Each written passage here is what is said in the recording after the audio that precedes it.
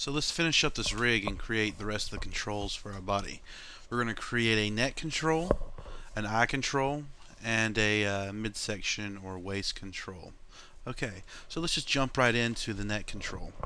And when I was looking back at it, I realized that to get a proper neck control going, I'm going to need an extra joint between my neck and my chest here. So we can create a nice IK single solver chain so we can get a bend in the neck and a rotation at the base of the head. So that's fine.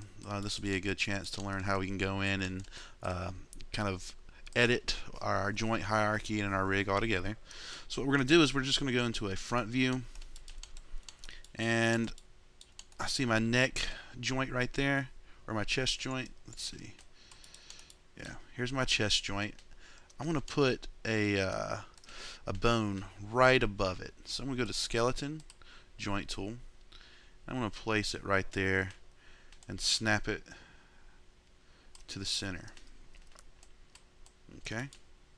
And we'll just move that back right into place, right above that chest joint.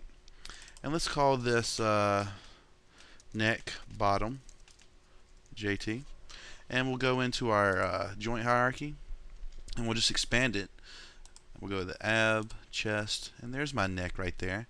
So I'm going to nest my neck bottom right on my chest there. And then I'm going to take my neck and nest it under neck bottom. So basically now I have a new joint in my joint chain. I'm ready to start rock and rolling with this guy. Alright, the next thing I got to do is I got to bind my neck joint to my or my neck mesh to my new neck joint. But as you can see, if I select my chest or chest joint right there, well, let's see. I think the neck is bound to something here. Is it bound to my ab? It's bound to my ab joint. So what we need to do is we need to go in and unbind my neck mesh to the skeleton and rebind it to my neck bottom joint I just created. So to do that, we're going to select just the neck mesh right there, and we're going to go to Edit, and we're going to delete by type, not delete all by type, just delete by type, and we're going to go to History. What that effectively does is it clears away all the bindings we've done to this mesh. So now we're free to go in and grab my neck bottom, if I can find it here. We're going to be able to go in and grab my neck bottom joint and select my neck mesh. Now we'll go in and skin bind, rigid bind. Now my neck should be bound to this new neck joint I made. And I'll show you why we're doing that. We need to be able to basically create an IK joint chain, single solver chain, from the bottom of my neck to the base of my skull. And I was messing around with it earlier. If we would have just done a single joint IK chain from my chest to my neck, it would have messed with the IK going to my arms. This way we've kind of isolated that IK joint chain, and now we just have my neck to worry about here. Alright, so before we start making IKs, let's just go ahead and make a Nurbs Circle. Create Nurbs primitives. I'm going all over the place. Help. Circle there. And we'll just make a head control. And we'll go up here and we'll bind it to the base joint of my neck. Right there. Right below my head. We can see it right there. Alright. Let's call this head control. And we'll be good with that. Alright, so now what we're going to do is we're going to create a single chain IK solver from our neck bottom to our neck joint right there. This will allow us to parent constraint our control handle to our IK handle, and Orient Constraint our control handle to our neck joint so we can look around. It'll give us a lot of functionality of our neck with very little rigging involved. So let's go and grab our IK handle tool. We'll go to the extra options just so we make sure we're in single chain solver, SC solver. And I'm just going to connect a IK handle from my neck bottom all the way to my neck. This creates a new IK handle in my outliner here. So let's call this neck IK SC. We don't need a left or right because it's right down the middle of our mesh here. And what we're going to do now is we're going to take my control handle and we're going to parent constraint our control handle to our neck IK we just made But we want to treat it like we did with kind of our arms. We want to go to the parent constraint, and we want to turn off rotate. We only want the translate to be affected with this constraint. So I'll hit apply, and immediately my control handle now affects the bend of my neck. But I can't rotate anything yet, so we're going to do like we did with the wrist. I'm going to grab my control handle, and I'm actually going to grab my neck joint right here, our neck JT right there, and we're going to do an Orient Constraint. We're going to maintain offset right here, and we're going to apply it, add it, all that good stuff. So now we get a head control that I can affect the bend of my neck here. Oh, I just have made a grave mistake. I forgot to freeze the transformations for my neck control. So we're just going to have to reset up all those constraints. So that's easy. I'll just go to my neck IK. We'll delete my parent constraint. I know you guys are loving me for all this extra work, huh? But, you know, you might make the same mistake, so this is how you fix it. So let me show you what I did again. I basically went and I found the constraints I just made in my outliner. So I know I made a constraint for my neck IK, and neck IK parent constraint. We'll delete that. And I know I made a Orient constraint to my neck bottom, so we'll have to delete the effector for my IK right there, and we'll delete the neck JT Orient constraint. And we'll basically start on square one. This time we'll freeze those transformations. We want those controls to be zeroed out so we can easily get back to our original bind pose if we ever need to. So let's just do that again. It'll be a good review. So I'm going to go to skeleton, IK handle, neck bottom to neck, neck IK, SC. Alright. Constrain our control handle to our neck IK, parent constraint, rotates unchecked, hit apply. And then we're going to go to my control handle to my actual neck joint. We'll do an Orient constraint with maintain offset checked. We'll hit apply. And now I think I have a good IK handle here. Now when I zero everything out, it goes back to my bind pose. Alright, great. So let's create controls for the eyes next. And the eyes are going to be fun. We're going to create a new thing called an aim constraint. So let's go to create, and let's just go to locator. What we'll do is we'll make a crosshair made out of this locator here. And we'll call this locator, and we can zoom to it. It just creates this nice little crosshair here. And I'm just going to drag it up and position it right in front of my eyes here, best I can. Alright. Let's freeze those transformations before I do anything else. So with my locator joint frozen, let's call this eye control. Perfect. And what we're going to do is we're going to aim constraint my neck or my eye joints to this little cursor here. So this is how we do that. I'm going to go ahead and hide my mesh. We got to do it one at a time. So I'm going to grab my locator because it's my parent. It's what's going to drive the rotation of my eyes. And I'm going to select my left eyeball. And we're going to go to Constrain, Aim Constraint. Let's bring up the extra menus. And what we want to do is we want to maintain offset. We want our aim vector to be normalized in the X, Y, and Z. Otherwise it won't rotate correctly in the Y and Z axis. So let's create 1 and 1. We want our aim vectors to be 1, 1, and 1. This basically controls how much the joint will rotate in each of these directions. And we'll hit apply.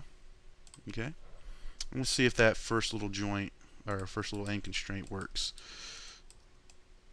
See how my eye is tracking the joint locator or the eye locator? Pretty freaky, huh? Cool. And let's just do the same thing for the other eye. So I'll select my locator, select my right eye, go to Constrain, Aim, make sure Maintain Offset is checked, and make sure our aim vector reads 1, 1, and 1. And hit Add. So now our eyes should be bound to this aim constraint. And this is handy because, you know, if you want your guy to focus on something, you can just put that locator like on the apple on the cherry he's about to grab, and his eyes will basically kind of look at it. There we go. So that's a nice eye control, and we can zero that out, and it'll go back to where it needs to be. The last control we're going to make is a waist control. So this will be easy. I'm really skimping out on spine controls, but you know, the IK spline system is really complicated. I don't want to go too much into it. So we'll just create this Nurbs circle, and we'll snap it to our ab joint. We'll freeze it after we get it in position, and we'll name this waist control. And we're just going to do a simple parent constraint to our ab joint. So I'm going to go to constrain, and be sure that when you go into parent constraint, this time we want to check rotate, because we want the translate and rotate to be affected here. So I'll hit apply. So now when I bring this back up, whoa, what's happening? My guy's doing a freaky little dance here. Not exactly what we want here. Oh, I'm breaking him in half. Alright, so basically what we need to do now is clean up our outliner and nest things perfectly. Okay, so I'm going to go ahead and collapse my bones. So what we got to do is we got to make sure that when we rotate our waist control, that our other control handles in the upper body come with it. So we need to select our head control selected, arm left is selected, arm right is selected, and we're going to middle mouse button click and drag and just drop them right on my waist control. So now when I click my waist control, all my other handles come with it, and I'm not doing that crazy freak out dance anymore. Alright, perfect. Alright, great. So now we need to kind of create some overall rotation and translation controls for our mesh, so we can rotate him and move him around in space while making sure all of our control handles follow and the rig doesn't do a crazy break thing. I want to get rid of this heads up display poly count. There we go. Alright, so you know, this is pretty easy stuff, nothing crazy here. I'm just going to put my waist control on top of my foot controls right there, kind of organize up my outliner here, and maybe put my eye control at the very top there. So I got all my controls. I have my skeleton mesh, my bones, my controls, and my IK setups. Alright, so everything's looking good so far. What I'm going to do now is create a Nurbs circle, and we're just going to create a big old circle there. Let me hide this body, and I'm going to snap. This is going to be my rotation control, so I'm going to snap it to the center of gravity, which is the pelvis bone right here. So when we rotate it, he rotates from the middle, and he's not flying around everywhere. Make it big enough so you're not actually going to select it when you try to get some arm control or waist control selected. I'm going to freeze these transformations. It's reset. So freeze those transformations, very important. And let's call this rotate control. So now we're going to select every single thing in my outliner. Yeah. Let's see. I think we can select the bones. And we're going to just middle mouse button click and drag it on rotate. So now he's rotating, and all the IK handles are following him, all the arm controls are following him, and our bones are sitting pretty. Alright, you know what? I'm going to go ahead and take my bones out of the equation here. I'm going to middle mouse button click my bones and position them right between my skeleton and handles. It won't matter. Our bones are going to follow because they're all bound. Oh no, maybe I shouldn't have done that. Look what I've done. I've pretty much effectively destroyed my pelvis, and now my pelvis won't rotate. So that was wrong of me. That's just a good example that we need to nest everything. I like teaching by my own mistakes. That's a pretty good method, isn't it? Alright, so with everything nested under rotate control, your outliner should look like this. All your eye controls should be there. I'm going to pull my bones back up. Bones, controls, IK, or your IK groups here. Alright, so everything should be under rotate control right now. Alright, everything. Alright, I'm just going to make sure everything's zeroed out, no mistakes. Everything's looking a-okay. So let's make one more control. We'll call this Nurbs Circle. And we'll make one right at the base. And you know, I like to kind of make my translate control kind of narrow, so it's like pointing in a direction, so I can tell the difference between my rotate and translate. And you know, binding it to the middle of the grid will be fine. right between those feet will be great. And let's call this translate control and freeze those doggone transformations so everything's zeroed out. And then we'll just put our rotate control underneath our translate control.